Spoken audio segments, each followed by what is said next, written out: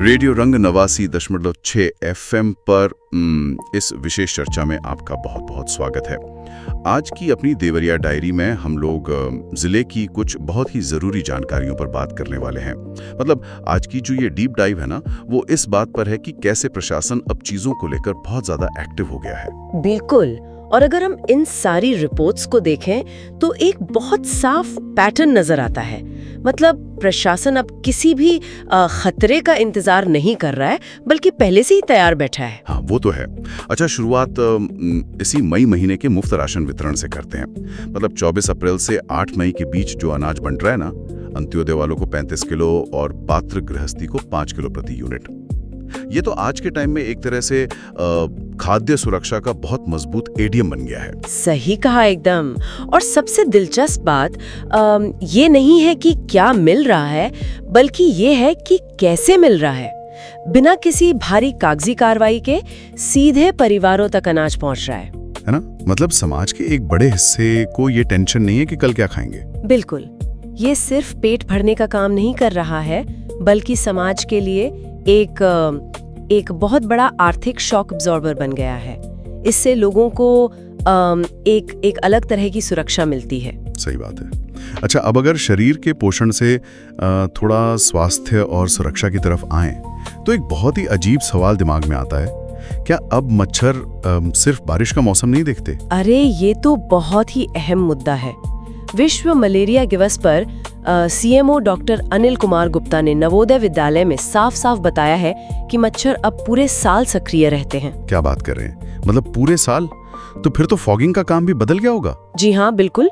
Fogging का काम अब पूरे वर्ष चलता रहता है और इसीलिए उन्होंने जोर दिया है कि मच्छरदानी का इस्तेमाल बहुत ज्यादा जरूरी है। अब हम सिर्फ पुरानी रणनीतियों के भरोसे नहीं बैठ सकते। बाप रे, ये तो सच में बड़ा बदलाव है। अच्छा, शारीरिक स्वास्थ्य से अगर हम थोड़ा बाहरी सुरक्षा की तरफ चलें तो महिला सुरक्षा को लेकर मेरा एक सवाल है। हाँ, पूछिए ना। मिशन शक्ति के तहत पुलिस जगह जगह पर्चे बांट रही है, तो क्या आज के इस डिजिटल जमाने में सिर्फ पर्चे बांटने से जागरूकता आ जाएगी? मुझे तो थोड़ा पुराना तरीका लगा ये। देखने में तो ऐसा ही लगता है कि सिर्फ एक पर्चा है, लेकिन पुलिस अधीक्षक अभिजीत आर शंकर के इस अभियान की गहराई थोड़ा अलग है।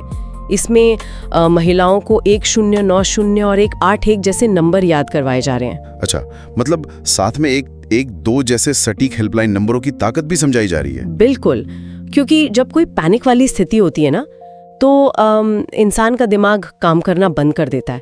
पुलिस का मकसद इन नंबरों को महिलाओं के दिमाग में एकदम इंस्टॉल कर देना है, ताकि वो तुरंत कॉल कर सकें। ओह, अब समझ आया। मतलब सोचने का टाइम ही ना वेस्ट हो। और शायद इसीलिए यातायात पुलिस भी इतनी सख्त हो गई है। मैंने पढ़ा कि 71 वाहनों के चालान कटे हैं और 5 को सीज भी किया गया है। सही पकड़ा आपने। ये प्रशासन की सड़क पर सख्ती दिखाता है। ये नियम टूटने के बाद की सजा नहीं है, बल्कि नियम टूटने से पहले ही एक डर कायम करना है, ताकि दुर्घटनाएं ही ना हो। बिल्कुल सही। अच्छा, सड़क की इस सख्ती को अगर मैं प्रशासनिक कड़ाई से जोड़कर देखूं, तो आगामी जनगणना 2027 वाली बात याद आती है। हाँ, वो तो एक बहुत बड़ा अभियान है।